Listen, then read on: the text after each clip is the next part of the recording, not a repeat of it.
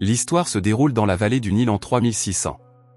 Le peuple égyptien acclame en Sabanur, le nom d'un être puissant qui est transporté vers sa pyramide par ses 4 cavaliers, pestilence, famine, mort et guerre.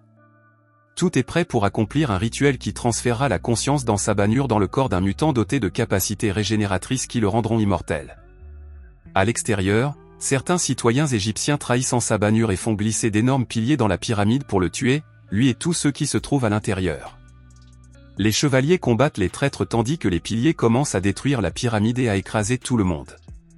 Death, dans ses derniers instants, protège le corps avec un bouclier. Cependant, elle est également écrasée comme tous les autres. Le processus est terminé, mais en Sabanur reste coincé sous les décombres.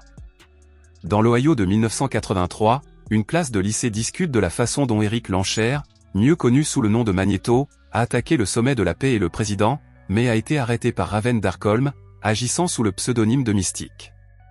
Scott Summers a des problèmes de vue et un autre élève le prend pour quelqu'un qui fait un clin d'œil à sa petite amie. Scott demande à son professeur la permission d'aller aux toilettes et l'autre élève le suit pour le frapper. Scott s'enferme dans les toilettes pour échapper à l'autre élève, mais il perd le contrôle et tire un rayon dévastateur qui projette le tyran contre les murs et cause d'importants dégâts à la propriété de l'école. Pendant ce temps, à Berlin-Ouest, une foule nombreuse se rassemble dans une arène secrète pour assister au combat des mutants. L'ange, un mutant avec des ailes qui lui sortent du dos, bat son adversaire et se voit présenter un autre adversaire qui est amené sur le ring dans une cage. Il s'agit de Kurt Wagner, alias Nightcrawler, qui peut se téléporter n'importe où dans son champ de vision. Raven arrive à temps et désamorce la tension, permettant aux deux combattants de s'échapper. Tandis qu'Angel s'envole, Nightcrawler est sauvé par Raven et ils parviennent à s'échapper. Eric Lancher, considéré comme un monstre par les humains, mène une vie normale avec sa femme Magda et sa fille Nina et travaille dans une fonderie en Pologne sous le nom de Henryk Gorski. Il chante à Nina une berceuse que lui ont transmise ses parents. Le frère de Scott, Alex Summers, l'emmène à l'école pour jeunes surdoués de Xavier avec un bandeau sur les yeux pour éviter les accidents. Scott rencontre une jeune fille nommée Jean Grey, une mutante télépathe, et les deux échangent quelques mots avant qu'Alex ne présente Scott à Hank McCoy, la bête devenue enseignant. Ensemble, ils rendent visite à Charles Xavier, qui salue Alex et son frère Scott. Charles demande à Scott d'enlever son bandeau et de tirer sur la cible, lui assurant qu'il en est capable. Scott fait ce qu'on lui demande et tire un rayon énorme qui coupe en deux un arbre, que Xavier prétend avoir été planté par son grand-père. Scott craint d'être expulsé, mais il parvient à impressionner Charles et est admis à l'école. Au Caire, en Égypte, une agente de la CIA nommée Moira MacTaggert suit un groupe de personnes portant une marque similaire sur le cou jusqu'à une chambre souterraine, où elle les trouve en train d'exécuter un rituel pour réveiller en Sabanur de son sommeil éternel. Moira parvient heureusement à s'échapper avant qu'en Sabanur ne se réveille et provoque une explosion qui déclenche un énorme tremblement de terre dans le monde entier, perceptible même sur le lieu de travail d'Eric, où un grand conteneur de métal en fusion tombe sur un collègue. Mais Eric le sauve en utilisant ses pouvoirs et s'interroge sur ses actions. À l'école, Jean Grey prévoit le chaos et la fin du monde et en parle à Charles. Elle craint ses pouvoirs, mais Charles la rassure. Avec l'aide de Hank, Charles utilise le cérébro pour découvrir d'où proviennent les secousses et y voit Moira MacTaggert, qui était autrefois sa petite amie. Eric et Magda se préparent à quitter leur ville et à partir pour un endroit où personne ne connaît la véritable identité d'Eric. Lorsque Magda part à la recherche de Nina, elle découvre qu'elle a disparu et le couple la cherche dans la forêt. La police a arrêté Nina et demande à Eric qui elle est vraiment. Pour protéger sa famille, Eric avoue être Magneto et demande à la police de le prendre en échange de la liberté de Nina. Nina crie à la police de laisser son père et sa voix fait attaquer les corbeaux par la police, révélant qu'elle est aussi une mutante, tout comme son père.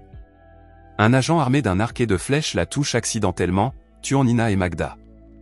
Eric court vers sa famille et pleure leur mort. Furieux de la mort de ses proches, il enlève le collier de Nina et l'utilise pour tuer tous les hommes. En Égypte, Apocalypse est libre de vagabonder et d'explorer le nouveau monde. Il aperçoit Ororo Monroe, une mutante qui vole des marchandises et de l'argent et s'enfuit devant les vendeurs. Lorsque ceux-ci l'encerclent, Apocalypse intervient, décapite 3 personnes et en emprisonne une entre les murs. Alex et Charles rendent visite à Moira MacTaggert et l'interrogent sur l'incident en Égypte, mais elle est réticente à répondre car il s'agit d'informations confidentielles. Quand elle leur demande comment ils sont entrés, Charles lui ment en disant qu'il a une autorisation de niveau 5 et qu'il peut extraire toutes les informations dont ils ont besoin. Ororo emmène Apocalypse dans sa cachette et lui offre à manger.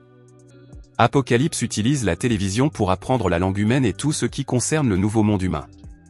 Il qualifie les humains de dieux faibles et faux et estime que la Terre doit être purifiée. Ororo lui dit que les lois les contraignent, mais il la convainc avec ses bonnes manières de le suivre et augmente considérablement ses pouvoirs mutants. De retour à l'école, Hank prépare des lunettes spéciales pour Scott, qui limitent ses pouvoirs et lui permettent de voir le monde correctement. Son regard se pose sur Jean, et il lui tend la main. Raven et Nightcrawler rejoignent l'école pour jeunes surdoués de Xavier, où ils sont accueillis par un Hank heureux. Nightcrawler est accompagné par un camarade de classe de Scott et ils décident tous d'aller dans un centre commercial, car Nightcrawler ne sait pas ce que c'est. Eric se rend sur son lieu de travail et ferme toutes les portes et les machines, ne laissant aucune issue aux personnes présentes dans l'usine. Il demande aux gens ce que l'on ressent lorsqu'on perd quelqu'un que l'on aime et commente que ce sera une douleur avec laquelle leurs familles devront vivre pour le reste de leur vie. Alors qu'il s'apprête à tuer tout le monde, Apocalypse se téléporte sur place avec ses disciples pour prendre Eric sous son commandement. Eric lui dit de ne pas intervenir et de ne pas essayer de sauver qui que ce soit, mais à sa grande surprise, Apocalypse enterre tous les présents en un instant. Apocalypse emmène Eric à Auschwitz, où il a utilisé ses pouvoirs pour la première fois et perdu sa famille, et l'encourage à manipuler le métal de la Terre et à utiliser sa colère pour alimenter son énergie.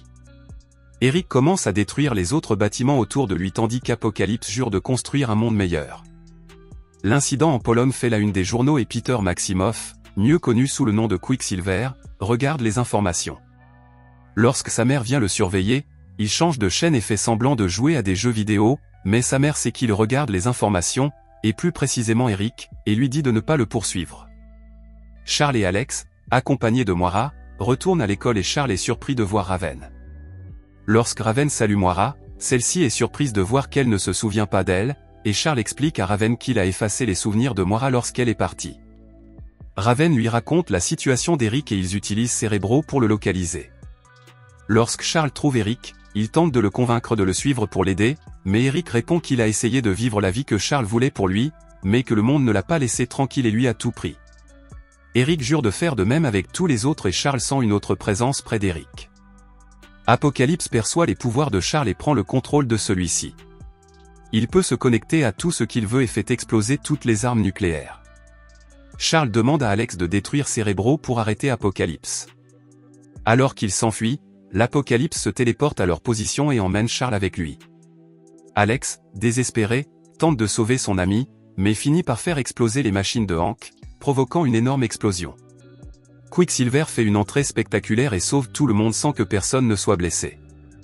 Scott, Nightcrawler, Jean et un autre élève retournent à l'école pour la trouver en ruine.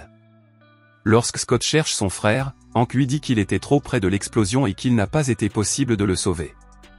Scott pleure au loin, tandis que Jean et Nightcrawler le réconfortent. Un hélicoptère atterrit dans la cour de l'école, prétendant être là pour apporter des secours médicaux. Moira s'approche, pensant qu'ils font partie d'une autre agence, jusqu'à ce que le chef descende et enlève son masque. C'est William Stryker. Ces hommes tirent un rayon sonique qui met tout le monde hors de combat, sauf Scott, Jean et Nightcrawler.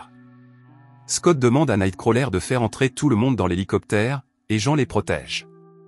Quand ils parviennent à entrer dans l'hélicoptère, un champ électrique neutralise tout leur pouvoir, les piégeant à l'intérieur.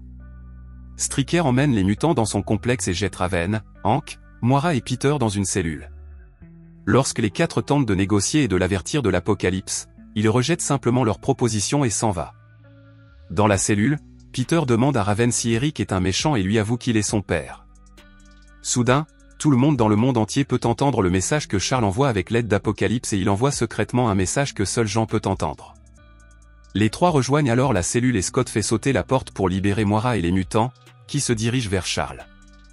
Apocalypse reconstruit sa pyramide en détruisant tout et demande à Magneto de provoquer la destruction mondiale. Lorsque Charles lui demande quel est son rôle, Apocalypse répond qu'il a le plus important, laissant entendre qu'il veut transférer sa conscience dans son corps pour avoir le contrôle total sur tout le monde. Raven et les autres sont arrivés. Ils décident que Raven et Peter s'occuperont d'Eric. Pendant ce temps, les autres se concentrent sur le sauvetage de Charles dans la pyramide. De son côté, Apocalypse demande à ses chevaliers de se préparer au combat et d'empêcher quiconque d'entrer jusqu'à la fin du transfert. Après un combat acharné contre Angel, Nightcrawler parvient à entrer à nouveau pour trouver Charles, mais les autres luttent avec acharnement pour repousser les chevaliers. Raven dit à Eric qu'il a plus de famille et que ce n'est pas encore fini pour lui, et Peter essaie de lui avouer qu'il est son fils, mais il n'y parvient pas. Il tente de s'échapper, mais Angel et Psylocke détruisent l'avion, obligeant Nightcrawler à téléporter l'équipage dans un endroit sûr. Apocalypse reprend conscience et appelle Charles désespérément. Alors qu'il marche vers lui, Magneto le trahit et l'empêche d'atteindre Charles, et les autres l'aident, mais ils ne peuvent rivaliser avec sa force. Charles demande à Jean de l'aider et lui demande de libérer sa vraie nature. Jean submerge Apocalypse et, alors que les efforts combinés de tout l'affaiblissent, il tente de s'échapper mais est arrêté par Tempesta. Il finit par se désintégrer, déclarant que tout a été révélé. Jean aide Charles à reprendre conscience et celui-ci rend à Moira ses souvenirs afin qu'elle se souvienne de leur passé. Tout le monde rentre chez soi. Eric et Jean aident à reconstruire l'école, et Monroe demande à Peter de révéler sa relation avec Eric, mais celui-ci répond qu'il le fera un jour, mais que pour l'instant, il restera avec eux.